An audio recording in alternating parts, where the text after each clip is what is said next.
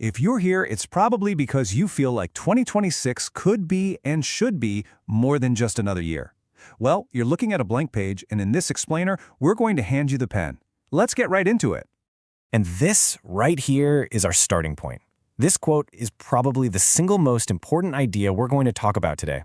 You see, real change isn't about just piling new goals on top of the old you. It's about fundamentally becoming someone new. So here's our game plan. We've broken it down into 4 parts. First, we'll clear out the old stuff. Then, we'll talk about building with daily actions.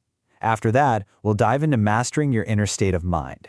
And finally, we'll put it all together to step into the identity of your future self. It's a really powerful process. Okay, first things first, clearing the foundation. Now, this isn't about trying to forget your past. It's about making a conscious decision to stop letting its weight slow you down as you move forward. Think about it like this for a second. Imagine you're trying to win a race, but you're carrying this heavy bag filled with all your old mistakes, regrets, and bad habits. You wouldn't get very far, would you? Well, that's what most of us do every single year. It is time to drop the bag.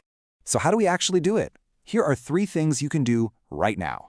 Writing a goodbye letter to your past self. It creates a ritual, a formal ending for your brain.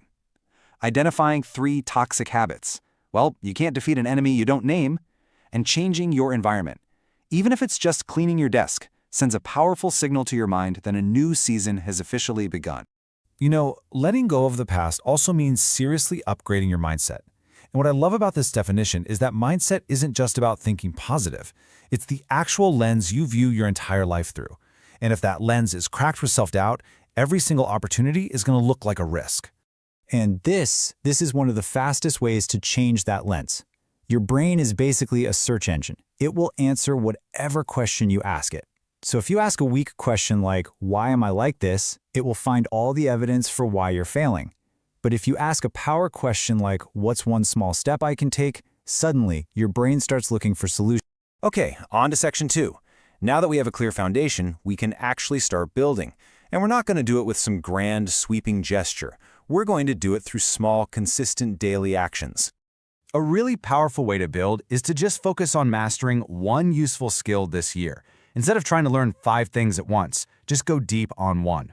The source material highlights these 3 areas, communication, tech, and money skills, as the ones that can give you the most leverage, the most freedom, and confidence. But here's the secret that nobody really likes to talk about. The process of getting really good at something, well, it isn't always exciting. It's the quiet, often repetitive discipline of just showing up day after day. See, anyone can feel motivated for a week, but champions, they're built in those boring moments. And the biggest enemy of consistency is perfectionism. This all-or-nothing trap is where almost everybody fails. You know, they miss one day at the gym, and so they just quit for a month. The rule is simple. If you miss a day, just make sure you show up the next one. That's it. That is the whole game.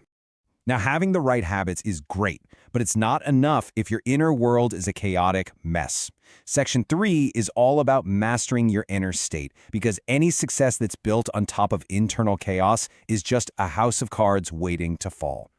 Let me ask you this. How often are you physically in one place, but your mind is somewhere totally different? This is what the source calls mental time travel. We're constantly living in past regrets or future anxieties, and it's a massive source of stress. So the crucial takeaway here is this. Your focus is your power. When you are fully present with a task or a conversation or even just a moment of rest, your actions become 10 times more effective. Being present protects your peace and it amplifies your results. And if you feel your mind just spinning out of control, here is an instant reset button you can use anytime. The 3-3-3 rule. You just breathe in for 3 seconds, hold it for 3, and then breathe out for 3. Do this just a few times. It's a simple, biological trick to tell your nervous system to just calm down. Mastering your inner state also means you have to play defense. Your energy is a finite resource. You have to actively protect it. That means setting boundaries, learning to say no, and curating the information and the people you allow into your life. At the end of the day, your peace is your responsibility.